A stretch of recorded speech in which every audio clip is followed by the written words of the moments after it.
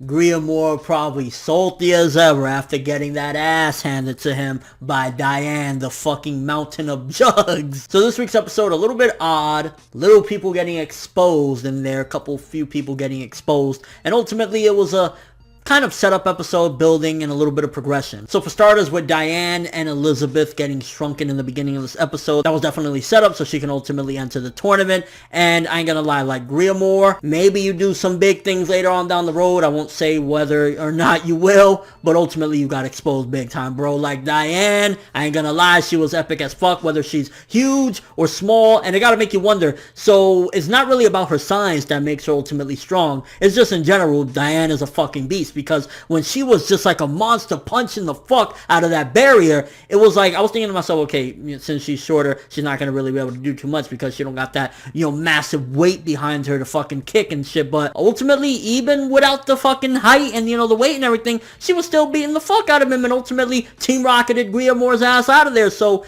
yeah, that kind of shows what type of fucking power Diane is working with. I ain't gonna lie, this episode did have some fan service. Was it needed? Slightly. It kind of went with the plot, ultimately their clothes were shrunk and that kind of shrunk them down, so it did make sense. It wasn't like pointless, like, oh, Diane trips and we gotta look at her, panties for 2 minutes or something like that. So it was fan service, but with a meaning. Did it really need to be shown? I guess you could argue no, we didn't need to see it, but nonetheless it did have a point, so it wasn't too bad on some, like, just let's look at Elizabeth Jugs for no reason. Although there were a couple points where Diane was showing that Elizabeth is inside of there to King. I was like, yeah. Little more introductions to Hauser, again Griamore, and Veronica. Hauser kind of looking like he has some wind power, kind of reminded me of like a Wendy Marble with that power. It's like, well, the power alone, that's it. Like nothing else about it reminds me. But we get to see a little bit of his power, and he exposes some random fuck as well. So kind of showing that he's a little bit strong as well. And ultimately, while Griamore is not that formidable, at the very least you can see that Hauser, he can beat,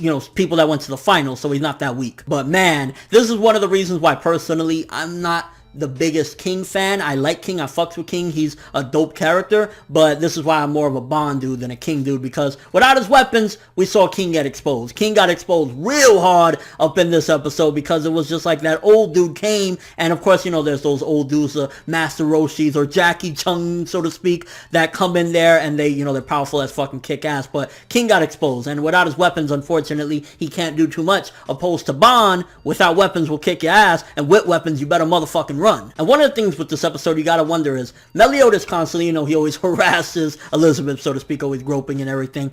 And, for the most part, he always enjoys it when he's doing it. But what he said to Diane in this episode, where she was basically like begging him practically, like, here, come, come. It was like, he said, I wouldn't never do something like that to a precious friend of mine, but he's ultimately always doing that to Elizabeth, so automatically that's a setup, and you gotta make you wonder, well, what does he look at Elizabeth as? If he looks at Diane as a precious friend and said he would never do something like that to a precious friend, then does he look at Elizabeth as a lover? Is it just, oh, I'm helping this passerby, I don't give a fuck about her, or what's up? And poor Diane, I mean, honestly, me speaking, Diane over Elizabeth. I'm just saying. But Meliodas clearly don't got no romantic feelings for her. Like, no matter if she's big, small, whatever the case may be, he doesn't really care like that. If anything, maybe he has them for Elizabeth. Not sure. Maybe that's why he didn't include her in that, because he looks at her as more than just a precious friend. Maybe he looks at her as a lover. So maybe that's why he didn't, he said it like that. And for the most part, this episode, the art seemed a little bit simplistic than normal. So overall, this episode, progressive. Tournament started. A little bit of the preliminaries, getting a little introduced into some of these characters. They're seemingly looking for Elizabeth. So it kind of works well that she's with the Seven Deadly Sins right now. So that way she don't get,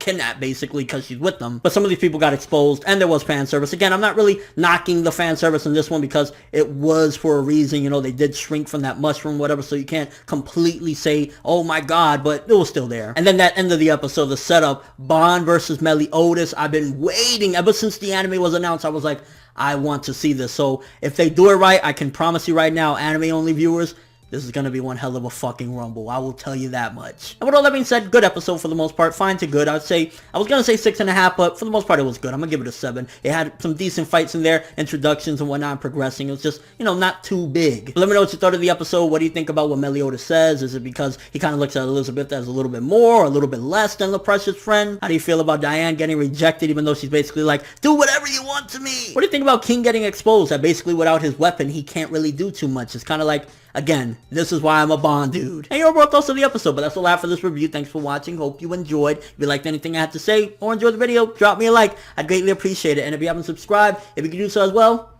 that'd be awesome. I'm ForneverWorld, and as always, people, have an awesome day.